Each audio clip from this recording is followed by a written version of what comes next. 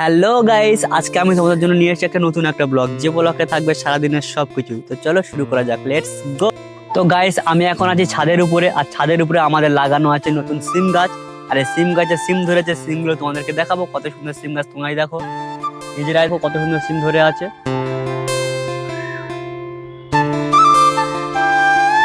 Guys. আর এই ছাদের উপরে আমি লাগিয়ে রেখেছি নতুন ড্রাগন গাছ, আর ড্রাগন গাছগুলো তুমি দেখো কত সুন্দর।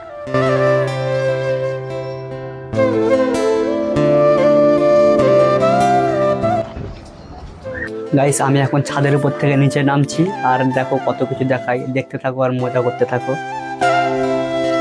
গাইস, এই দেখো সিঁড়ি ঘরের ব্যালকনির উপর থেকে কত কিছু দেখা যাচ্ছে,